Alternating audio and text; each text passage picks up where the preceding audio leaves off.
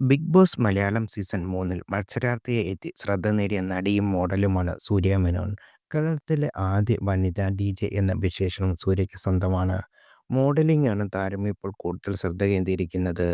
ജീവിതത്തിൽ ഒട്ടേറെ ദുരഭിനയങ്ങൾ ഉണ്ടായിട്ടും അതിനെയെല്ലാം തരണം ചെയ്ത് മുന്നോട്ട് വന്നിട്ടുള്ള സൂര്യ ബിഗ് ബോസിൽ മത്സരാർത്ഥിയായിരുന്ന സമയത്ത് വലിയ രീതിയിൽ വിമർശനങ്ങളും ട്രോളും ഏറ്റുവാങ്ങിയിരുന്നു.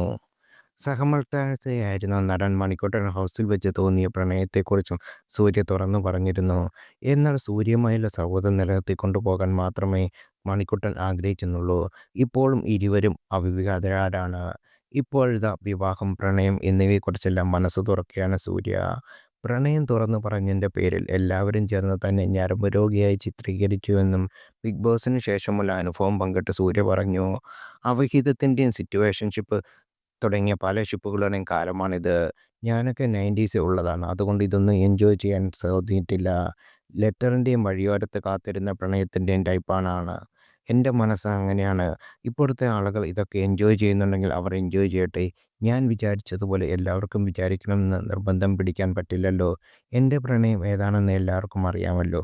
പിന്നെ അങ്ങനൊരു ചോദ്യം ആവശ്യമില്ല. കിട്ടാതെ പോയ പ്രണയം ഒന്നേ ഉള്ളൂ.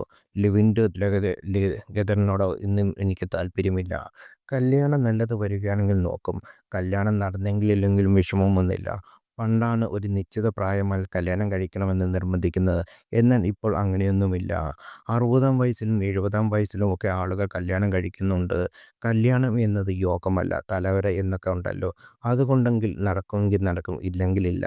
കിട്ടാത്തത് കൊണ്ട് ഞാൻ വിഷമിച്ച് നടക്കുന്നില്ല. കിട്ടാത്തത് കൊണ്ടല്ല, വേണ്ടാന്ന് വെച്ചിട്ടാണ്.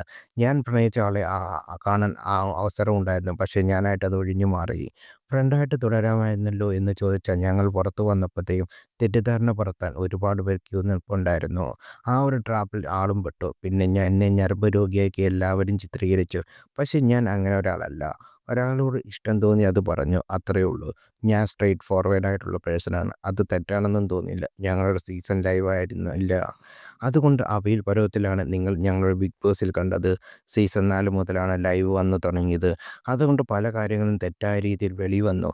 ഞാൻ പുറകെ നടക്കുന്ന ഒരാളിൽ നിന്ന് ചിത്രീകരിക്കപ്പെട്ട് പെട്ടുപോയതാണ്. കാരണം ഒരിടത്ത് അടിച്ചിട്ട് കിടക്കുമ്പോൾ ഒരാൾ കെയർ ചെയ്യുമ്പോൾ ഇഷ്ടം തോന്നി പോകും.